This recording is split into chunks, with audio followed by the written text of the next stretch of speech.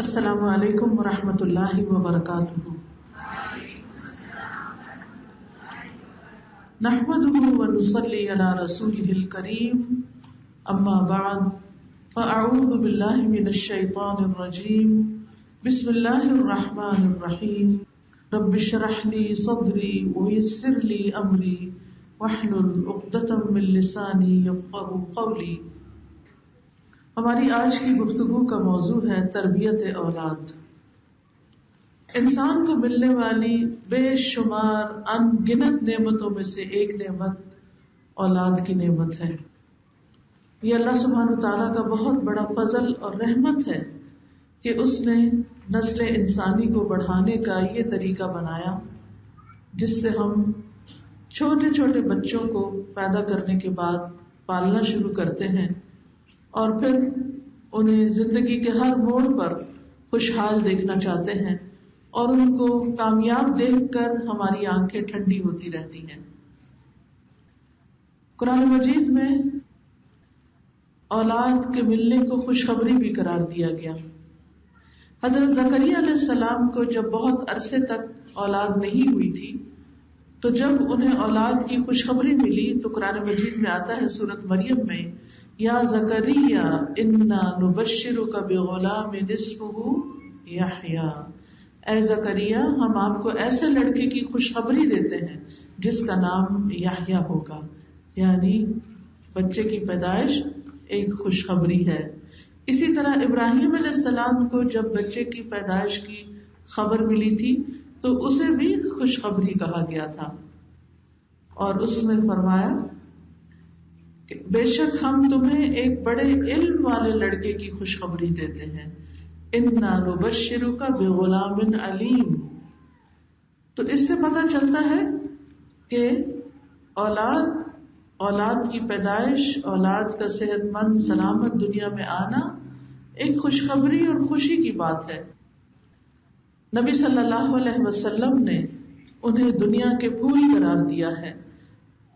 حضرت حسن اور حسین کو آپ فرمایا کرتے تھے، یہ دونوں یعنی حسن اور حسین رضی اللہ عنہما دنیا میں میرے دو پھول ہیں، یعنی جس طرح پھول کو دیکھ کر انسان کو ہمیشہ خوشی ہوتی، آپ کسی بھی رنگ، کسی بھی سائز، کسی بھی طرح، کسی بھی شکل کا پھول دیکھتے ہیں تو آپ کو خوشی محسوس ہوتی ہے، آپ کے دل کے اندر لطیف جذبات پیدا ہوتے ہیں۔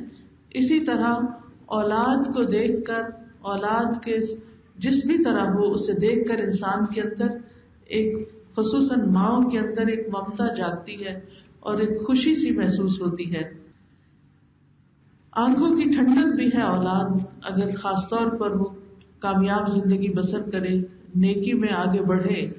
اسی لیے یہ دعا سکھائی گئی، ربنا ہب لنا من ازواجنا وذریاتنا قرۃ اعین واجعلنا للمتقین اماما، کہ اے ہمارے رب ہمیں ہمارے ازواج اور اولاد سے آنکھوں کی ٹھنڈک عطا فرما اور ہمیں متقین کا امام بنا۔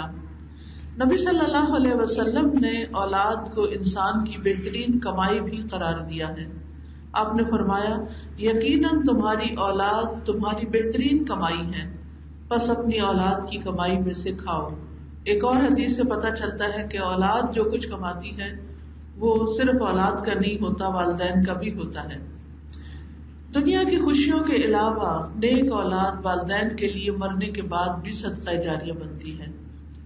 رسول اللہ صلی اللہ علیہ وسلم نے فرمایا، جب انسان مر جاتا ہے تو 3 اعمال کے علاوہ اس کے تمام اعمال منقطع ہو جاتے ہیں، صدقہ جاریہ یا وہ علم جس سے نفع اٹھایا جائے، یا نیک اولاد جو اس کے لیے دعا کرتی رہے۔ تو مرنے کے بعد بھی نیک اولاد کی دعائیں ماں باپ کو فائدہ دیتی ہیں۔ لیکن یہ یاد رکھیے کہ خوشی اور صدقہ جاریہ اور فائدوں کا اور کمائی کا ذریعہ ہونے کے ساتھ ساتھ اولاد ہماری ایک بہت بڑی ذمہ داری بھی ہے، اور ہم پر اس کی تربیت کی ذمہ داری سب سے بڑھ کر ہے۔ انہیں کھلانا پلانا بھی ایک ذمہ داری ہے، ان کی تعلیم، دنیاوی تعلیم و تربیت کا انتظام کرنا بھی، لیکن ان سب سے بڑھ کر انہیں اللہ کی عبادت کے قابل بنانا، اللہ کے اطاعت گزار بندے بنانا بھی بہت اہم ذمہ داری ہے. ابن عمر کہتے ہیں کہ نبی صلی اللہ علیہ وسلم نے فرمایا اللہ تبارک و تعالی جس شخص کو رعیت کا خواہ کم ہو یا زیادہ ذمہ دار بناتا ہے اللہ تعالیٰ اس سے اس کی رعایا کے بارے میں قیامت کے دن سوال بھی کرے گا کہ اس نے اپنی رعایا کے بارے میں یعنی اپنے ماتحت جو بھی اس کے ہاتھ میں دیے گئے ان کے بارے میں اللہ تعالیٰ کے احکامات کو قائم کیا یا ضائع کیا.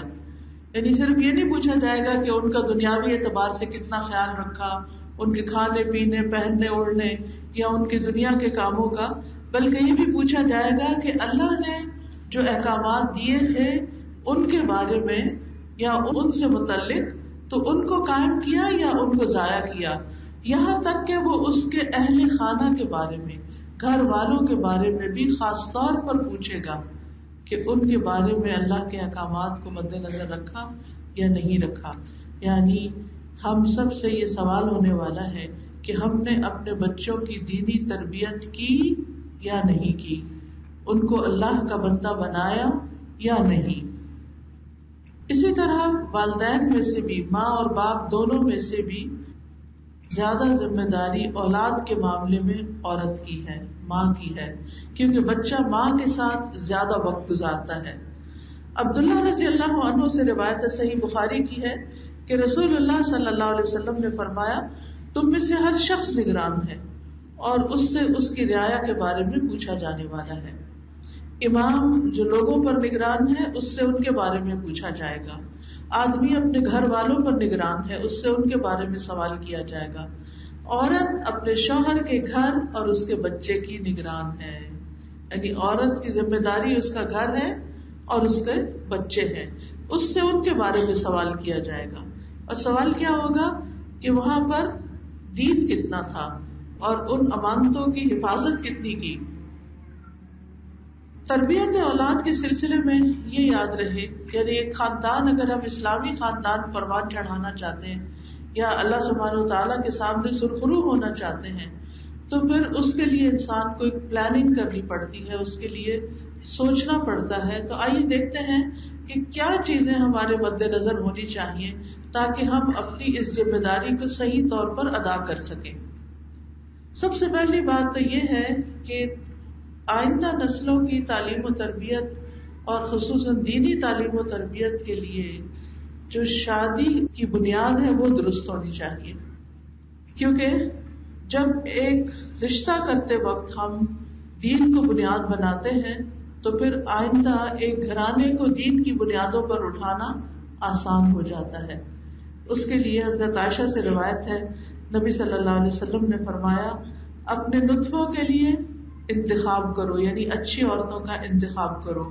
دین میں ہم پلہ عورتوں سے نکاح کرو اور ہم پلہ مردوں کو نکاح دو, یعنی بچے جس قسم کے ہوں اسی قسم کے لیے ان کے رشتوں کا انتخاب کیا جائے. رسول اللہ صلی اللہ علیہ وسلم نے فرمایا الدنیا متاع وخیر متاع الدنیا المرأة الصالحہ, کہ دنیا ایک متاع ہے, فائدہ اٹھانے کی چیز ہے. یعنی دنیا کی مختلف چیزوں سے مختلف طرح کے انسان فائدے اٹھاتا ہے, لیکن سب سے بہترین فائدہ جس سے انسان کو پہنچ سکتا ہے وہ ایک نیک عورت ہے, یعنی اس سے خیر ہی خیر آتی ہے. یہ صرف عورت کے معاملے میں ہی نہیں بلکہ مرد کے معاملے میں بھی, بیٹی کا رشتہ ہو تو بھی اچھے لڑکے کا انتخاب کرنا چاہیے, اچھے باپ کا انتخاب کرنا چاہیے. اسی لیے حضرت ابو ہریرہ کہتے کہ رسول اللہ صلی اللہ علیہ وسلم نے فرمایا کہ جب ایسا شخص تمہارے پاس نکاح کا پیغام بھیجے جس کے دین اور اخلاق سے تم مطمئن ہو تو اس سے نکاح کر دو, یعنی اپنی بہن بیٹی وغیرہ کا. اگر ایسا نہیں کرو گے تو زمین میں فتنہ اور زبردست فساد پیدا ہوگا. تو اس سے یہ پتہ چلتا ہے کہ اگر انسان چاہتا ہے کہ وہ اسلامی گھرانے کو وجود میں لائے تو اس کی تیاری شادی سے ہوگی.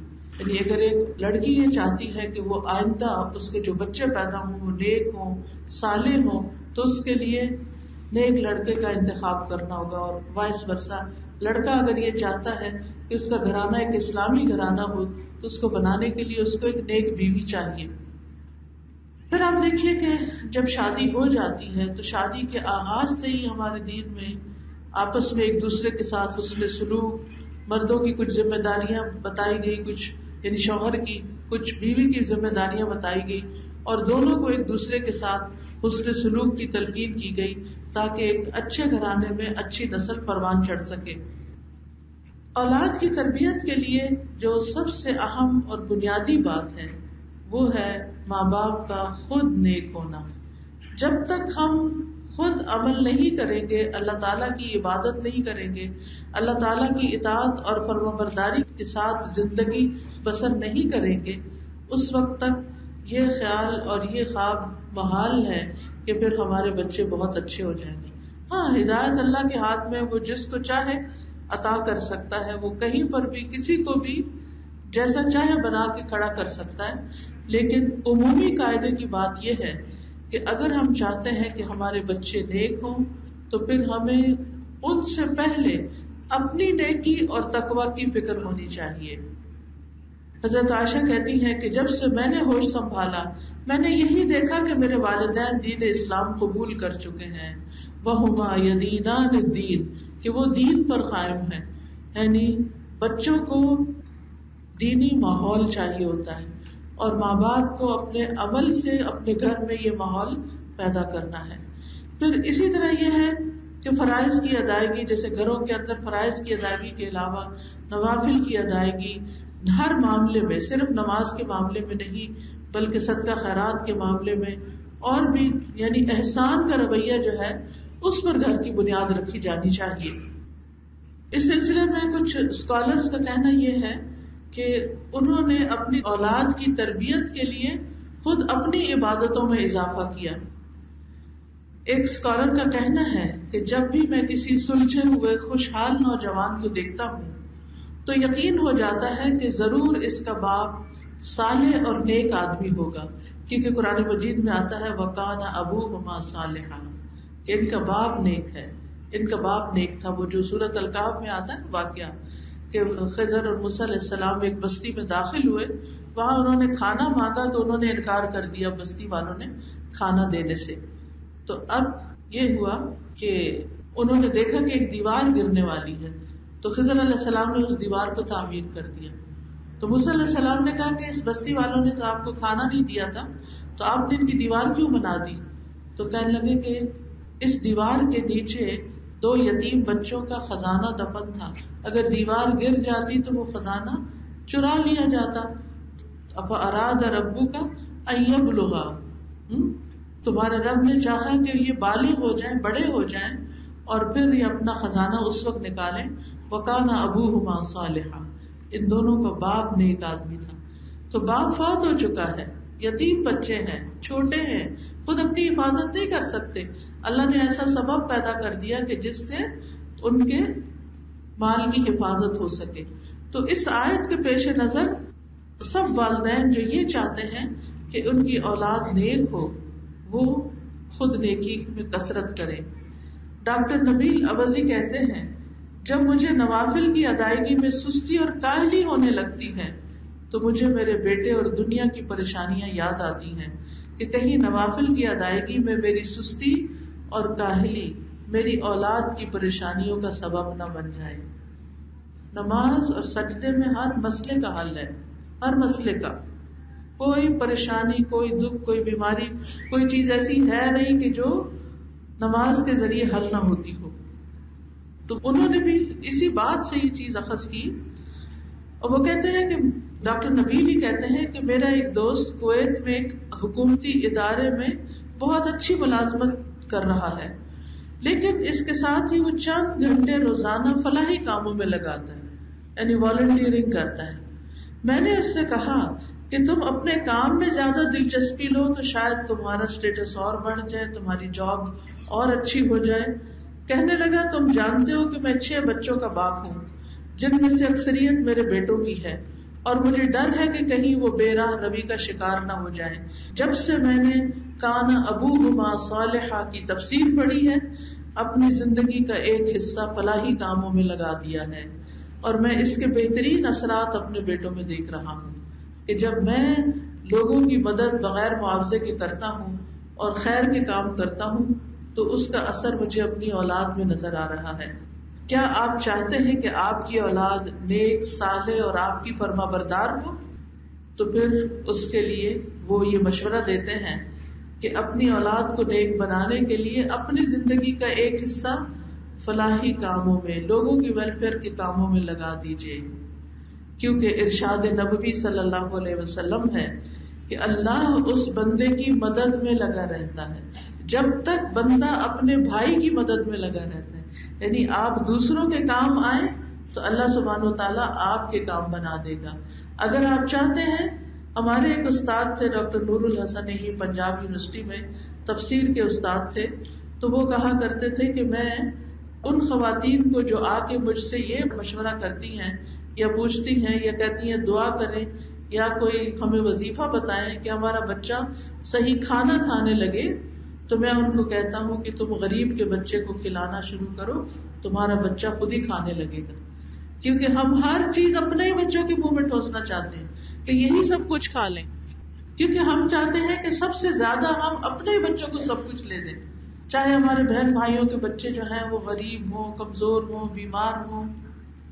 تو اس میں آپ دیکھیے کہ ہم کیا چاہتے ہیں کہ ہم اپنے ہی بچوں کو سب کچھ کھلاتے پلاتے رہیں اور اپنے ہی بچوں کو دنیا بھر کے کھلونے اور ساری دنیا جہان کی رونقیں ان کے قدموں میں ڈھیر کر دیں.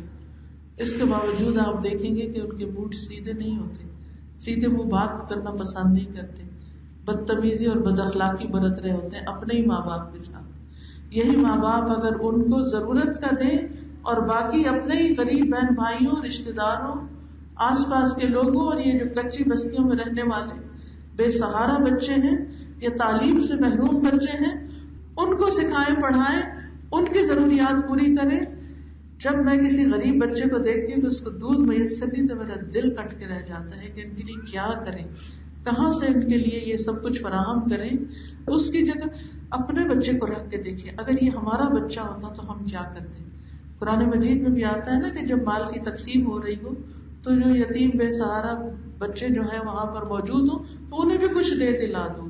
کیوں کہ اگر تمہارے بچے کمزور تم پیچھے چھوڑ جاتے تو تم اپنے بچوں کے بارے میں کیا سوچتے. اسی طرح اگر انسان یہ چاہتا ہے کہ وہ اپنی اولاد کو نیک بنائے، اس کی اولاد اچھی ہو جائے، تو اسے چاہیے کہ خود نیک بن جائے. عبداللہ بن مسعود کے بارے میں یہ بات آتی ہے کہ جب رات میں نوافل ادا کر رہے ہوتے تھے تو سامنے اپنے چھوٹے بچے کو سویا ہوا دیکھ کر کہا کرتے تھے من اجلک یا بنیا، یہ تیرے روشن مستقبل کے لیے ہے. اور روتے ہوئے یہ آیت پڑھتے تھے وَكَانَ أَبُوهُمَا صَالِحًا، یعنی ان بچوں کا باپ نیک تھا تو اللہ نے ان بچوں کی حفاظت فرمائی. اگر ہم بھی نیک ہوں گے تو اللہ ہمارے بچوں کی بھی حفاظت فرمائے گا. پھر اسی طرح سعید ابن المسیب کے بارے میں آتا ہے، وہ کہتے ہیں اے میرے بیٹے، میں تمہاری وجہ سے نماز کو لمبا کرتا ہوں اس امید پر کہ تمہارے بارے میں میری حفاظت کی جائے گی، یعنی تمہارے بارے میں مجھ سے جو سوال کیا جائے گا اس کے بارے میں مجھ سے پکڑ نہ ہو. پھر اس آیت کی تلاوت کرتے وَكَانَ أَبُوهُمَا صَالِحًا، کہ ان کا باپ نیک آدمی تھا. پھر اسی طرح اولاد کی نیکی کے لیے، ان کی حیا، ایمان، تقوی، دین، دنیا کی کامیابیوں کے لیے صدقہ کثرت سے کرنا چاہیے. ایک آدمی ایسا تھا، ایک واقعہ کتاب میں آتا ہے کہ جب اس کا بیٹا کوئی اخلاقی طور پہ بگڑ جاتا، یعنی اس کا اخلاق بگڑتا، تو وہ صدقہ کرتا اور کھانا کھلاتا اور کہتا خذ من اموالہم صدقۃ تطہرہم وتزکیہم بہا، ان کے مالوں میں سے صدقہ لے لیجئے، اس کے ساتھ آپ انہیں پاک کیجئے اور انہیں صاف کیجئے.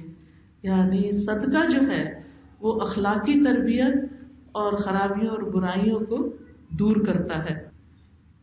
تو وہ شخص یہ کہتا اللہم ھذہ لتزکیۃ اخلاق ابنی فإنها اشد علی من مرضہ، اے اللہ یہ صدقہ میرے بیٹے کے اخلاقی تزکیے کے لیے ہے، پس بے شک یہ اخلاقی بے راہ روی میرے لیے اس کی بیماری سے زیادہ شدید ہے. اگر یہ بیمار ہوتا تو شاید مجھے اتنی تکلیف نہ ہوتی جتنا میں اس کا بگاڑ دیکھ کے تکلیف میں ہوں. آج آپ دیکھیے کتنی ہی بہنیں ایسی ہیں جو بچوں کی طرف سے پریشان ہوتی ہیں.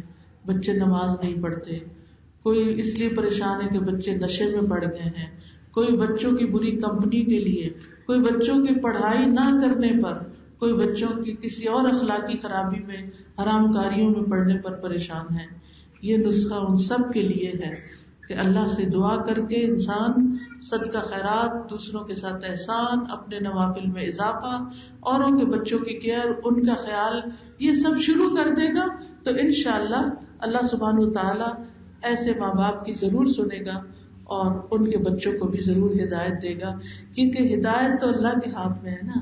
جب ہمارا معاملہ اللہ تعالیٰ سے درست ہو، یعنی جو بندہ اللہ کی رضا کے لیے دوڑتا ہے اللہ اس سے راضی ہو جاتا ہے اور اس کے لیے زمین پر بھی رضا اتار دیتا ہے.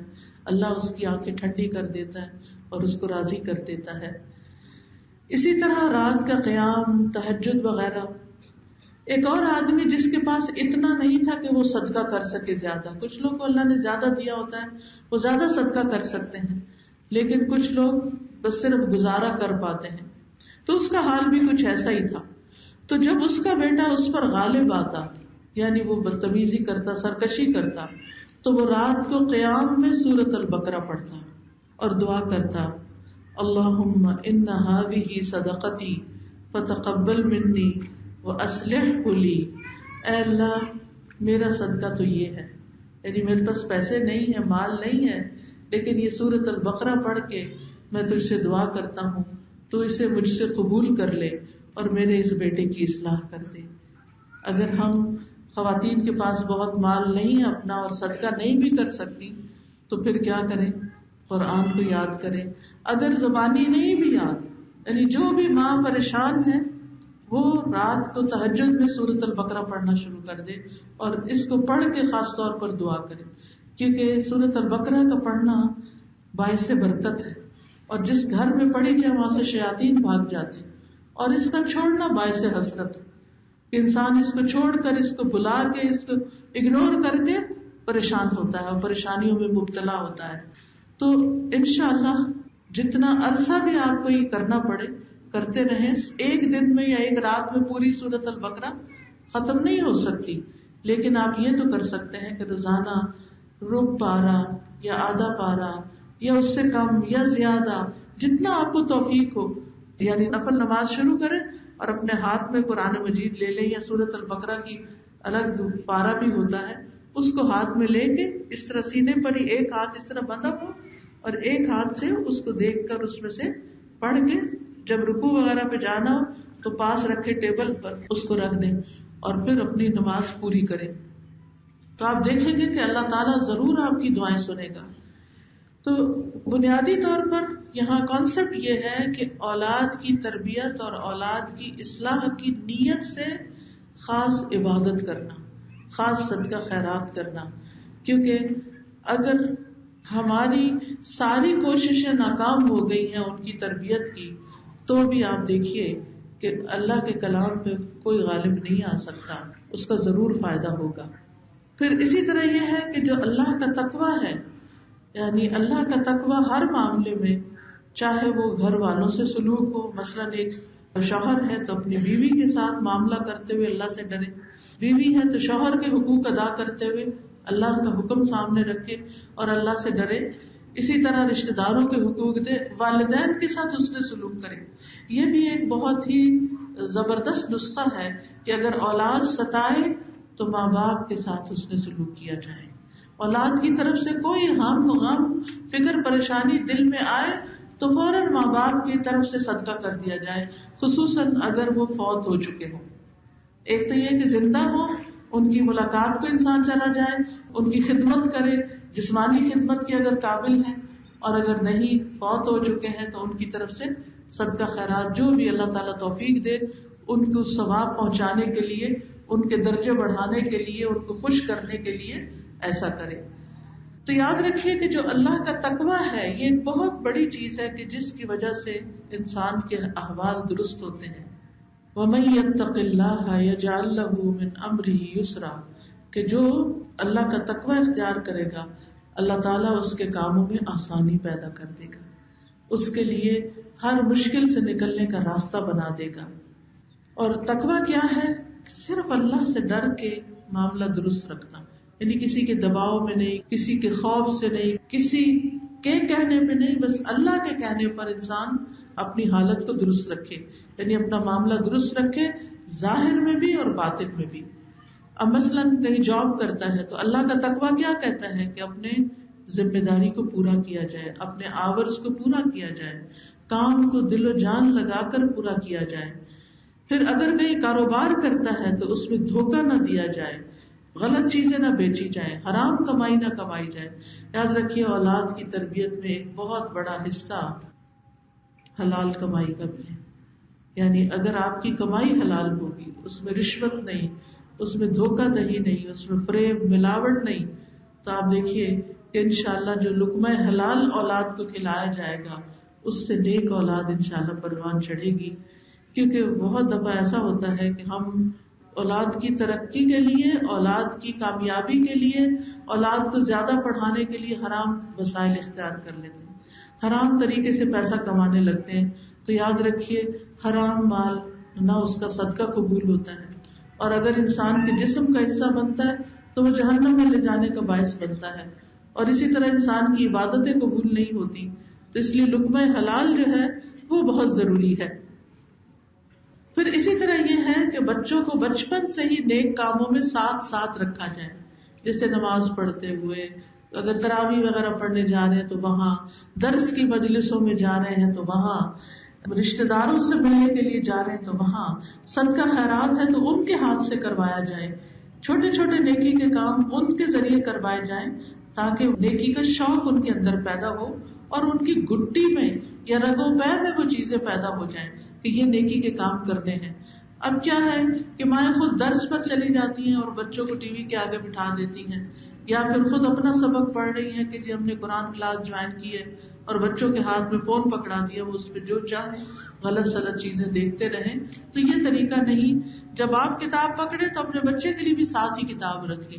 آپ کچھ لکھ رہے ہیں تو اس کے لیے بھی پین کاپی ساتھ رکھیں، چاہے وہ اسکریبل ہی کیوں نہ کرے، لیکن جو کام آپ کر رہے ہیں اس میں ان کو شریک کریں. جیسے ابراہیم علیہ السلام نے خانہ کعبہ کی تعمیر میں اس کو شریک کیا تھا، اسماعیل علیہ السلام کو.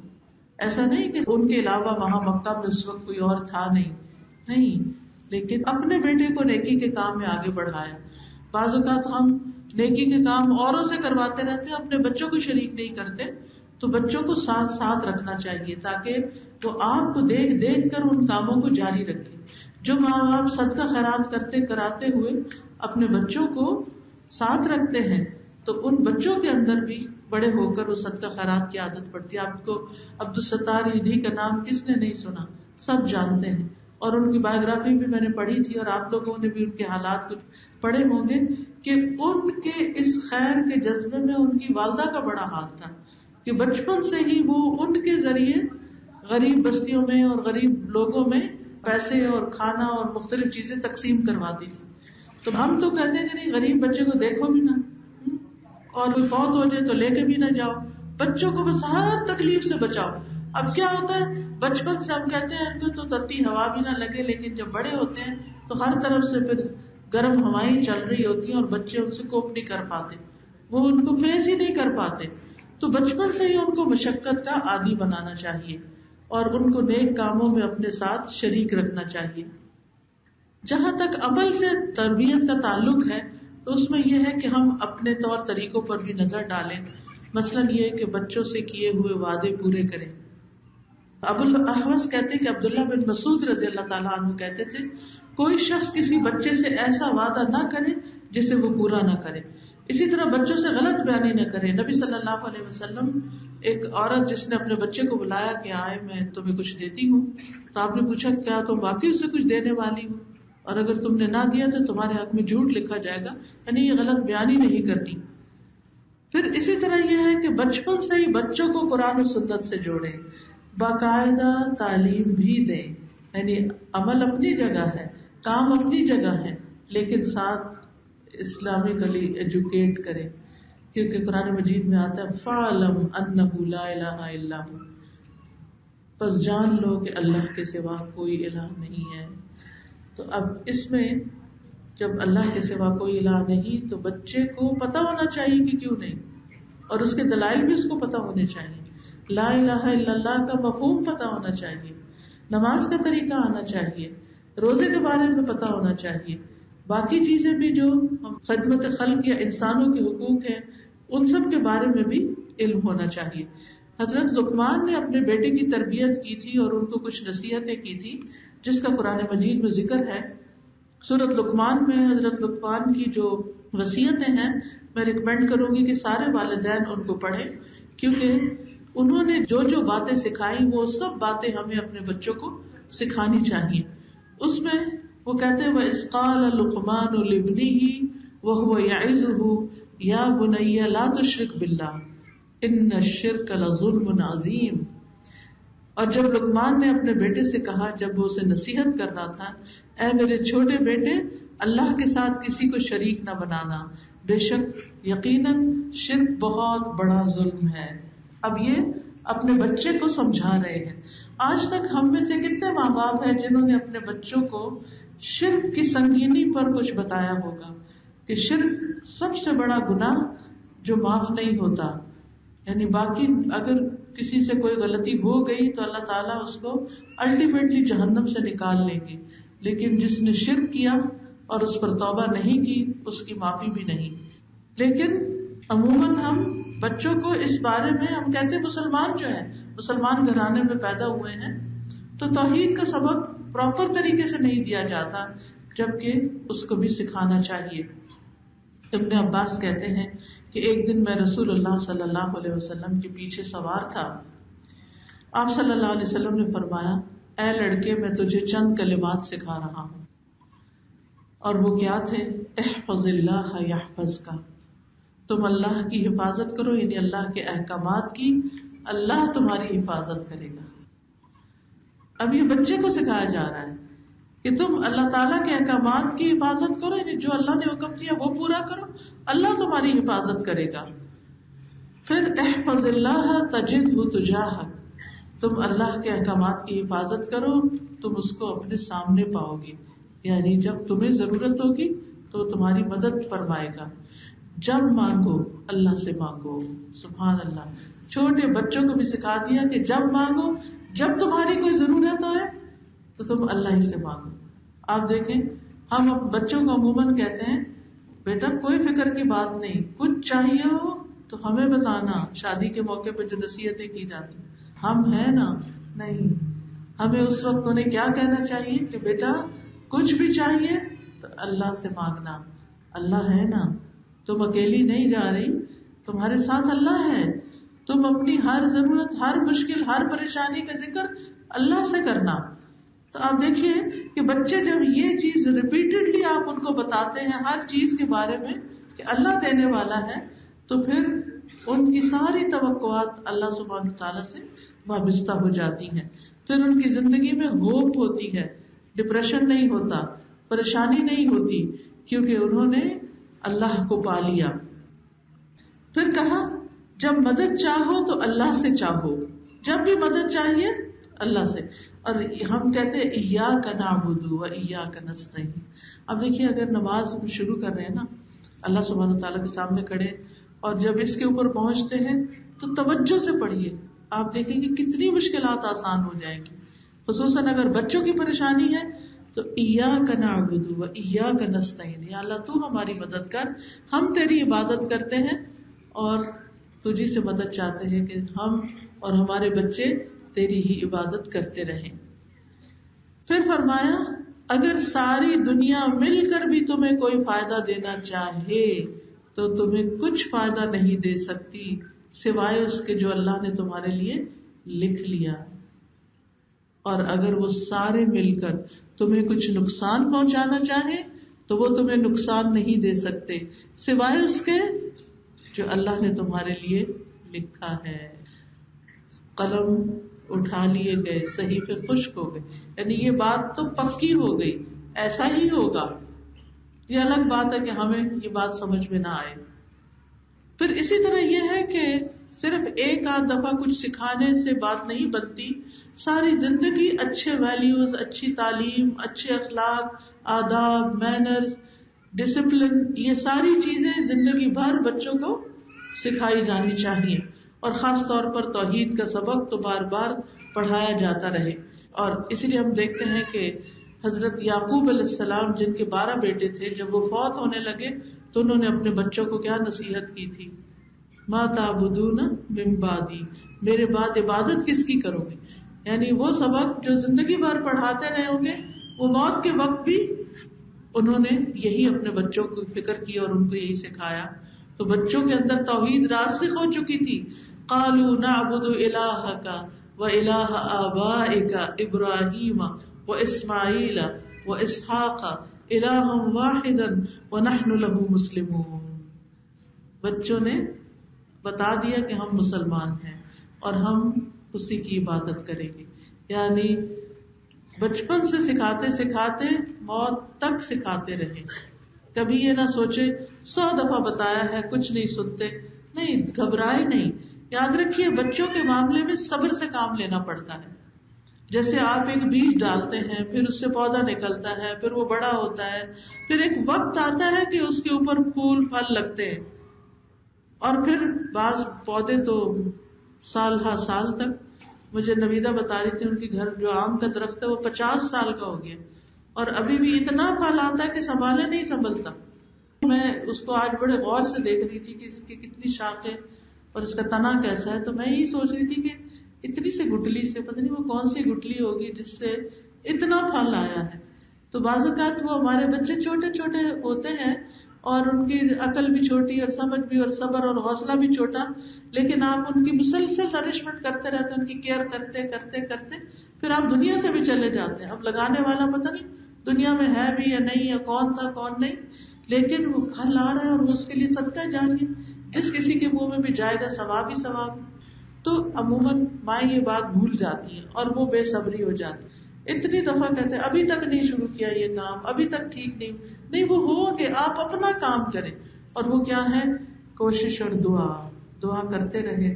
پھل آتا رہے گا، معلوم نہیں کب تک آپ کے دنیا سے جانے کے بعد بھی ان کی دعائیں اور ان کے نیک کام اور ان کی نیک نامی آپ کو فائدہ دیتی رہے گی. پھر اسی طرح یہ ہے کہ بچوں کے اندر اپنا ڈر نہیں پیدا کرے، اللہ کا ڈر پیدا کرے. باپ کا ڈر نہیں، اللہ کا ڈر. کیونکہ عموماً ہم کیا کرتے ہیں، میں تمہارے ابا کو شکایت لگاؤں گی، تمہارے ابا آئیں گے میں تمہاری خبر لیں گے. یہ تربیت کا صحیح انداز نہیں. یا تو آپ کا اپنا روب اتنا ہونا چاہیے کہ جو بات آپ کہیں اس کو سنجیدگی سے لیں، یا پھر یہ ہے کہ آپ کو اگر ڈرانا ہی ہے تو اللہ کا ڈر پیدا کرے کہ دیکھو میرے لیے نہیں کرو، اگر نہیں کرو گے تو کل اللہ کو کیا جواب دو گے. ڈر سے مراد یہ نہیں کہ نعوذ باللہ اللہ کو کوئی ظالم بنا کے پیش کرے. مطلب اس کا یہ ہے کہ ان کے دل میں جب غلط کام کرے تو فکر اللہ کی آئے کہ اللہ سبحانہ وتعالیٰ اس پر کیا سوچتے ہوں گے اور کیا نتیجہ نکلے گا وہاں جا کر. پھر اسی طرح ان کو ایجوکیٹ کرنے میں آخرت کا تصور ان کو دینا بہت ضروری ہے. یعنی آخرت کیا ہے، موت کیا چیز ہے، قبر کیا ہے، قبر کا حساب کتاب کیا ہے، پھر قبر سے اٹھنے کے بعد کیا ہوگا، حشر کا میدان کیسا ہے، میزان کیسا ہوگا، پھر پل صراط کیسا ہوگا، حوض کوثر کیسا ہے، جنت کیسی ہے، جہنم کیسا ہے. یہ ساری باتیں سکھانے کی ہیں. یاد رکھیے ان کی تفصیلات ہمارے نصابی کتابوں میں بہت کم ہے، نہ ہونے کے برابر. ایمان بالآخرت کی بات کرتے ہیں بس چند رٹے رٹائے جملوں میں، لیکن اس سے بچوں کے احساسات نہیں جاگتے، دل نہیں جاگتا. تو ان کو آخرت کی فکر لگا دیں تاکہ وہ جو کچھ بھی کریں اس ڈر سے کریں کہ ہمیں کل اللہ کے ہاں جواب دینا ہوگا. نبی صلی اللہ علیہ وسلم کو جب نبوت ملی تھی تو آپ نے آغاز اپنے گھر والوں سے ہی کیا تھا، اور اپنی بیٹی فاطمہ کا نام لے کے کہا تھا کہ اے فاطمہ بنت محمد اپنے آپ کو آگ سے بچا لو، میرا نبی ہونا تمہیں کام نہیں آئے گا. پھر اسی طرح نمازوں کی پابندی سکھانا اور نوافل کی ترغیب دینا. بعض اوقات ہم بچوں کو عادت ڈالتے ہیں اچھا فرض پڑھ لو ابھی، پھر ساری زندگی وہ فرض ہی پڑھتے رہتے ہیں، ان کو نوافل کی عادت نہیں پڑتی. تو اس کا بھی اجر و ثواب بتانا چاہیے. بچوں کو بہت سے لوگ جب اللہ ان کو مال دیتا ہے تو کبھی سوئٹزرلینڈ لے جاتے ہیں اور کبھی کہیں اور گھمانے پھرانے لے جاتے ہیں. ان کو عمرے پر لے جائیے. اگر آپ نے جانا ہی ہے کسی اور ایسی جگہ پر بھی تو آپ راستے میں عمرے کا ٹرپ لگائیں, چاہے 3 دن کے لیے. میں نے پرسنلی اس کا بہت بڑا فائدہ دیکھا ہے کہ بچوں کے اندر جو چیز وہاں جا کر آتی ہے, اللہ کی محبت اور ایک احساس کہ اللہ ہے, اس بات کا یقین کہ وہ ہے, کیونکہ اس گھر کا ایک روح بھی اور طرح ہے اور اس میں نشانیاں ہیں ایسی, بینات من الہدیٰ, ہدایت کے لیے بہت سی علامتیں موجود ہیں, تو اس سے فائدہ اٹھانا چاہیے. پھر اسی طرح یہ کہ بچپن سے قرآن سکھانا چاہیے, صرف نازلے پر اکتفا نہ کریں, ہر ماں یہ تہیا کرے کہ میں اپنے بچوں کو ترجمے سے پڑھاؤں, کیونکہ قرآن ہدایت کی کتاب ہے. جب سمجھ ہی نہیں آئے گی تو بچوں کو کیا پتہ چلے گا حلال کیا ہے, حرام کیا ہے, جائز کیا ہے, ناجائز کیا ہے. تو ابتدا سے ہی بچوں کو قرآن کے ترجمے پر بھی لگائیں. ایک مقولہ ہے کہ علم ولدک القرآن والقرآن سیعلمہ کل شیء, اپنے بچے کو قرآن سکھا دو اور قرآن اس کو ہر چیز سکھا دے گا. پھر اسی طرح نبی صلی اللہ علیہ وسلم کی احادیث کا علم. عامش کہتے ہیں کہ اسماعیل بن رجا بچوں کو جمع کرتے اور انہیں حدیثیں سناتے تھے. بچوں کو حدیث کی مجلسوں میں لے جایا جاتا تھا. میرا جو پی ایچ ڈی کا سبجیکٹ تھا اس میں حدیث کی اجازہ کے بارے میں ریسرچ تھی, تو اس اجازت سرٹیفکیٹس, حدیث روایت کرنے کی اجازت دینا یا سرٹیفکیٹ دینا, تو اس میں بہت سے میں نے سرٹیفکیٹس دیکھے, ان کو پڑھا, تو اس میں لکھا ہوتا تھا کہ فلاں فلاں بچہ بھی اس مجلس میں حاضر ہوا, حتیٰ کہ فلاں دودھ پیتا بچہ بھی اس میں شامل تھا. سرٹیفکیٹس میں ان چھوٹے چھوٹے بچوں کے بھی نام لکھے جاتے تھے. کیوں؟ تاکہ بڑے ہو کر وہ کہہ سکیں کہ ہم فلاں شیخ کی مجلس میں حاضر ہوئے تھے, تاکہ ویسے ان سے اگر روایت کریں تو کم از کم کوئی نسبت بھی جڑی ہوئی ہو. یعنی مائیں اس بات پہ فخر کرتی تھی اور اپنے بچوں کو ایسی مجالس میں لے کے جاتی تھی.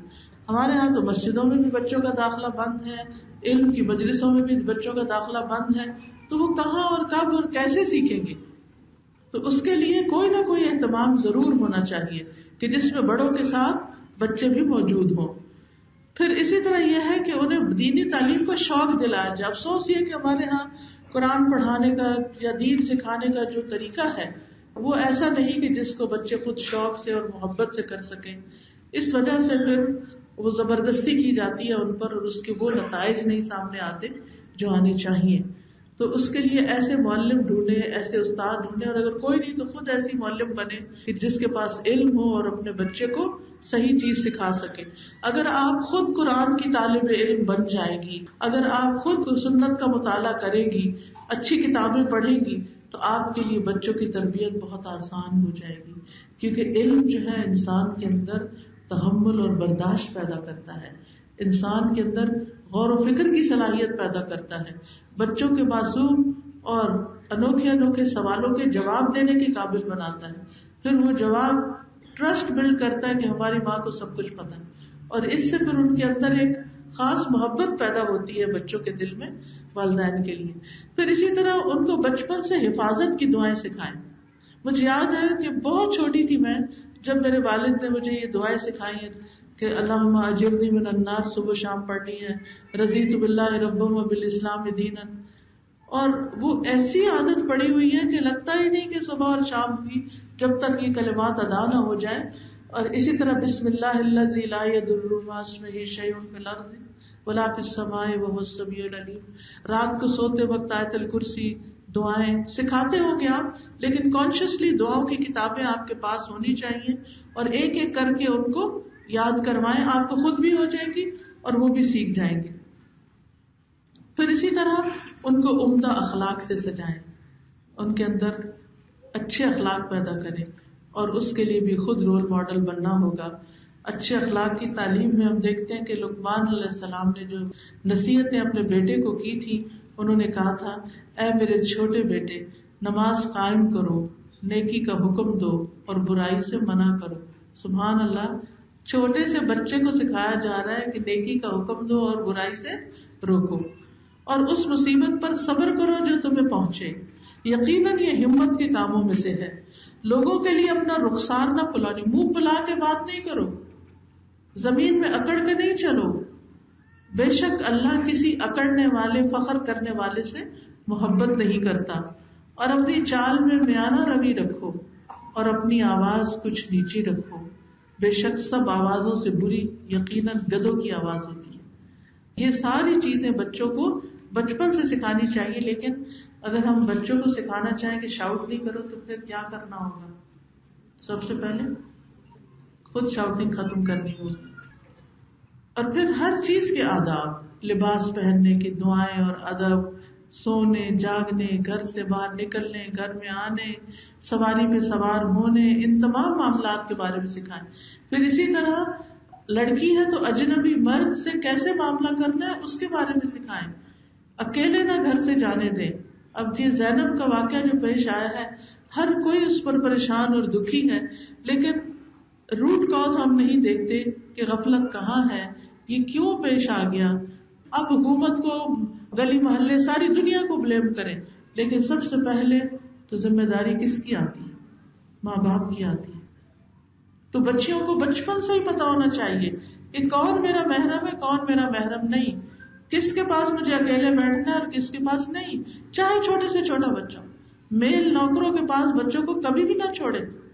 اکیلے گھر میں چھوڑ کے مرد نوکروں کے ساتھ بچیوں کو اور نکل جانا، خود اپنے ادھر ادھر گھومنے پھرنے، یا دوست آ جائیں اور ان کے ساتھ مشغول ہو جانا اور بچوں کو کھیلنے کے لیے اکیلے چھوڑ دینا اور ان کی حفاظت نہ کرنا، یہ بہت بڑا ظلم ہے بچوں کے ساتھ. کیونکہ ایسے بچے جن کے ساتھ اس قسم کے واقعات ہوتے ہیں، چاہے اس سے کم درجے کے ہوں، وہ نفسیاتی مریض بن جاتے ہیں.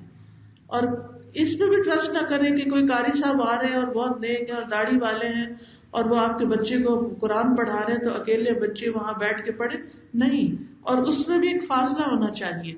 میری سمدن جو ہے وہ میرے داماد کو ہمیشہ کہتی تھی کہ ایک ہاتھ کے فاصلے پہ عورت سے بات کرنی ہے، اس سے آگے نہ اس کے پاس جانا نہ اس کو اپنے پاس آنے دینا. ایک فاصلہ رکھو، ایک ہاتھ کا فاصلہ. کیوں؟ اس لیے کہ مرد مرد ہے، عورت عورت ہے. اللہ نے جو حدود رکھی ہیں، باؤنڈریز رکھی ہیں، ان کا لحاظ رکھنا ہی دونوں کے حق میں بہتر ہے. اسی طرح گھر کے اندر بھی اجازت لینے کی عادت ڈالی جائے. ہسبینڈ وائف اگر اکیلے ہیں رات کو تو کمرے میں بلا دھڑک نہ آ جائیں، بچے کے کسی ایسی حالت میں دیکھ لیں جو شرمناک ہو اور وہ بچوں کی تربیت پہ بری اثر ڈالے. ابن عمر سے روایت ہے کہ ان کے بیٹے جب بلوغت کو پہنچ جاتے تو وہ ان کو علیحدہ کر دیتے، تو وہ بغیر اجازت ان کے پاس نہیں آتے تھے. اسی طرح گفتگو کے آداب سکھانا ضروری ہے. ابن عمر اپنے بیٹے کو غلط لہجے پر سختی کرتے تھے ان سے کہ کوئی لفظ غلط بولا جائے. اسی طرح رازوں کی حفاظت سکھانا. ادب سکھانے کے لیے، ڈسپلن کے لیے اگر سختی بھی کرنی پڑے تو کوئی حرج نہیں ہے. صرف ہر وقت لاڈ پیار، پیمپرنگ نہیں ہر وقت، کبھی کبھی ہیمرنگ بھی. کیونکہ بہت زیادہ جب ہم سر پہ چڑھا لیتے ہیں تو پھر بچے بھی ہماری ویکنیس سمجھ لیتے کہ ہم ماں باپ کو بہت پیارے ہیں، ہم جو چیز چاہے کرتے چلے جائیں. پھر اسی طرح اچھا ماحول فراہم کرنا، گھر میں پڑھنے لکھنے کے لیے پرسکون ماحول، کتابیں، اچھے استاد، اچھے دوست، یہ سب چیزیں اس میں اثر ڈالتی ہیں. حضرت ابراہیم علیہ السلام نے جب خانہ کعبہ کی تعمیر کی، کہا اے میرے رب، میں نے اپنی اولاد کے ایک حصے کو تیرے قابل احترام گھر کے پاس ایسے میدان میں لا بسایا ہے جہاں کوئی کھیتی نہیں، یعنی دنیا نہیں لیکن دین کی خاطر میں نے ان کو یہاں آباد کیا ہے، اے میرے رب، تاکہ وہ نماز قائم کریں. تو اسی طرح گھر لیتے ہوئے دیکھے کہ مسجد کتنی دور ہے، بچے مسجد جانے میں ان کو کوئی مشکل تو نہیں. بہت خواتین میں نے ایسی دیکھی ہیں کہ مرد کام پر ہیں تو چھوٹے لڑکوں کو خود مسجد کے دروازے پہ لے جا کے نماز پڑھوا کے اپنے گھروں میں ایسے ہی رائڈ دیتی ہیں جیسے صبح اسکول میں چھوڑنے کے لیے، صبح اسکول چھوڑتی ہیں اور شام کو مسجدوں میں لے کر جاتی ہیں. تو ایسے ہی مائیں پھر اتنی محنت جب کرتی ہے تو اللہ سبحانہ تعالیٰ ان کی محنت قبول فرمائے. پھر بچوں کے لیے نیک لوگوں کی، نیک صالح لوگوں کی صحبت اور کمپنی بھی بڑی ضروری ہے. اور اس کے لیے بڑوں کی مجلس میں، یعنی ان کو لے جا کر تھوڑی دیر ضرور بٹھائیں، بڑوں سے ملوائیں. اب ہمارے ہاں تو حال یہ ہوتا ہے کہ دادا دادی بیچارے بیٹھے ترس رہے ہوتے ہیں اور بچے پاس نہیں پٹکتے، یا آ بھی جائیں تو بچے کہیں اور بڑے کہیں اور بوڑھے کہیں اور. تو اس سے تو خاندانوں کی آپس کی بانڈنگ ختم ہوگی، وہ رحمت برکت ختم ہو گئی. تو اس چیز کا بھی بہت ضروری خیال کرنا چاہیے کہ گھر میں جو بزرگ آئیں، چاہے رشتے دار ہوں یا نہ ہوں، ان سے بچوں کی ملاقات ضرور کروائی جائے، کچھ دیر ان کو ان کے پاس ضرور بٹھایا جائے.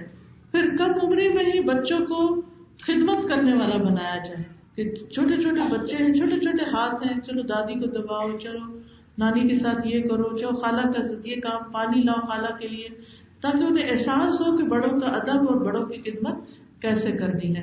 حضرت انس بن مالک کہتے ہیں کہ جب رسول اللہ صلی اللہ علیہ وسلم مدینہ تشریف لائے تو میری عمر 10 سال کے قریب تھی.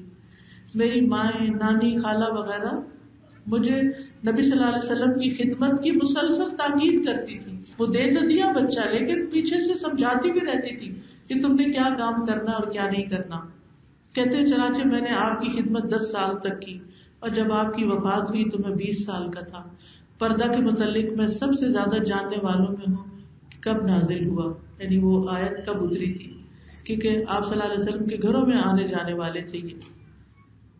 احمد بن حنبل کے بیٹے صالح کہتے ہیں جب کوئی نیک آدمی ہوتا جو تنگ دست اور تنگ حال ہوتا تو میرے والد میرے پیچھے آدمی بھیج کر مجھے بلواتے کہ میں اس کو دیکھوں، اور وہ پسند کرتے تھے کہ میں ان جیسا بن جاؤں، یعنی نیک صالح بنوں تاکہ دیکھ کر شوق آئے. آپ دیکھیں ہم سب کی زندگیوں میں بھی بچپن میں جو لوگ ہم نے دیکھے، جو ہمیں کلک کیا، ہم نے بڑے ہو کر ان کو کسی نہ کسی طرح شعوری لاشعوری طور پر کاپی کیا.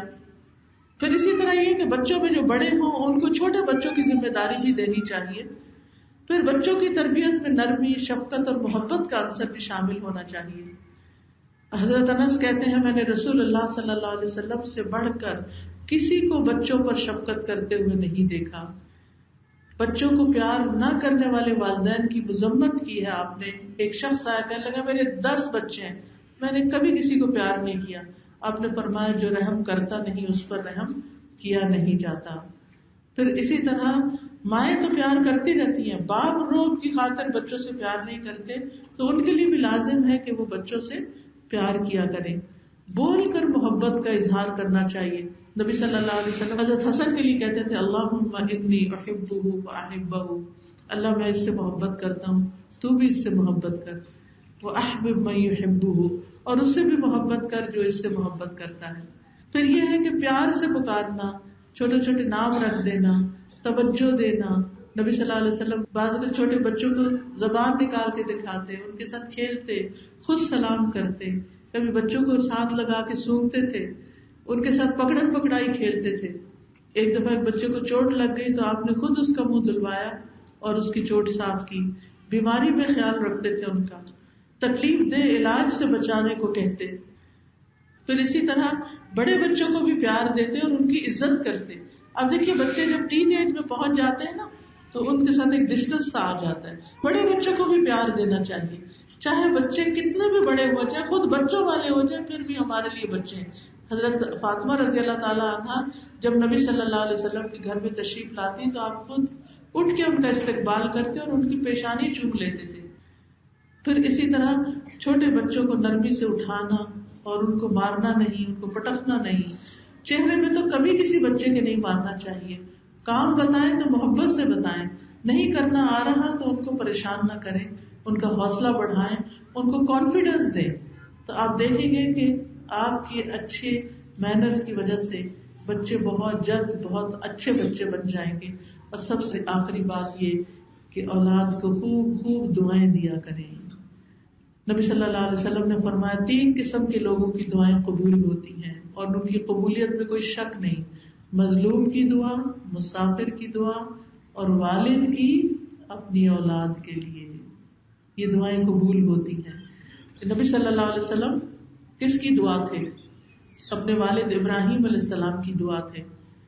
صحابہ کہتے ہیں کہ ہم نے پوچھا کہ آپ ہمیں اپنے بارے میں بتائیں. آپ نے فرمایا ہاں میں اپنے والد ابراہیم کی دعا ہوں. جب انہوں نے کہا تھا نا ربنا وبعث فیہم رسولا منہم.